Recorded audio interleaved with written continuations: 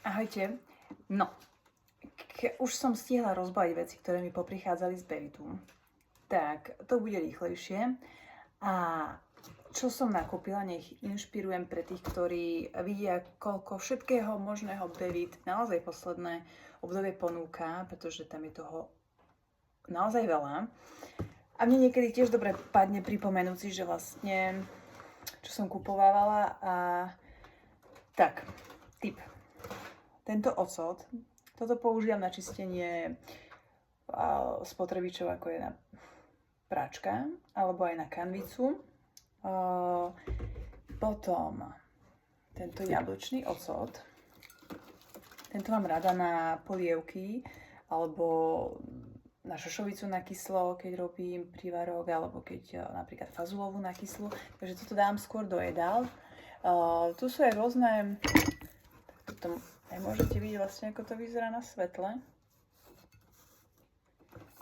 Toto je asi 750 ml. A potom olej. Olej tam tiež majú viacej veľkostí. Jak si kúpim vždy 750, zobrala som 2, lebo nám to vydrží na mesiac. Mám to už oskúšané. A to si dávam buď na šaláty, alebo na polievky, už iba ako na dochutenie, alebo milujem, keď si kúpim čerstvý chleba. Toto si olejový olej si nalejem do takej misky. Tu mám. Do mojej obľúbenej misky, do toho si nalejem olej a s tým čerstvým chlebom to jem. To mi veľmi chutí. Ďalej, morušu. Tuto mám veľmi rada, lebo ja som kašožrút. Tak na ráno si do kaši dávam túto morušu. A toto mi síce neprišlo teraz, ale odporúčam aj tento kokos, ten tiež rada. A toto kokosové mlieko, také sušené. A potom sú tu ešte také, Bevit má aj proteínové, tieto sušené s rôznymi príchuťami do proteínových drinkov. Toto je s karobom a z berries. A toto je z aronio a tiež s, myslím, že čučoriedky. Dobre, pokračujem s tým, čo mi teraz práve prišlo. Toto majú novinku. A tým, že ja nepijem kávu, dcera miluje kávu, tak som ich chcela vymyslieť nejakú alternatívu, možno zdravšiu. A tu je aj vzadu napísané, že to je kokosové laté s mačou.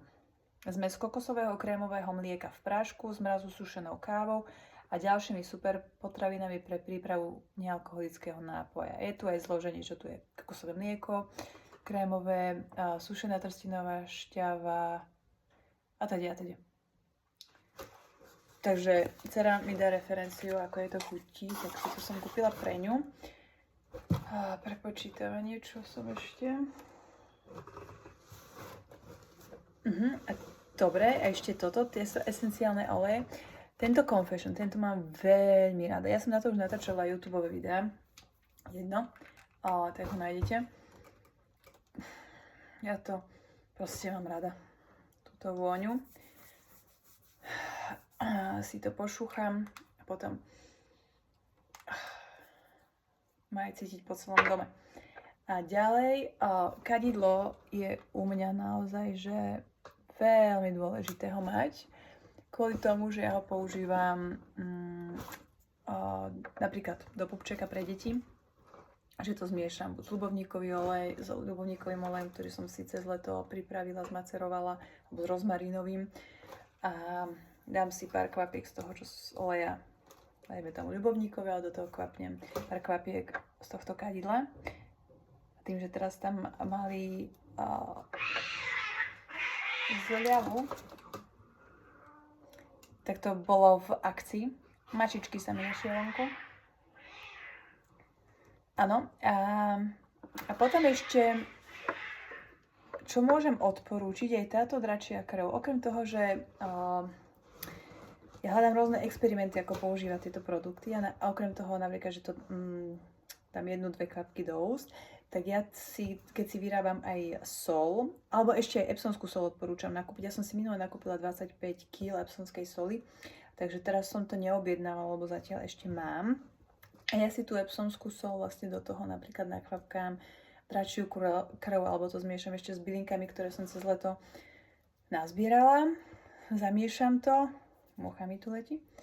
A vlastne potom tú sol aj s touto pokvapkanou dračiou krvou si dám do vania, v tom sa luhujem. A to je asi všetko. Tak snad som vás inšpirovala a pripomenula, aké ešte produkty Bevit ponúka. Ak ste o nich ani nevedeli, alebo ste aj zabudli, že ste si to objednávali, tak som vám možno práve trošku refreshla pamäť, že aj toto majú a majú tam naozaj ešte ďalších kopu nových vecí, aj malú Bevitelu teraz začali robiť, takže je tam naozaj z čoho vyberať a je tam toho dosť. Tak páči sa, ahojte!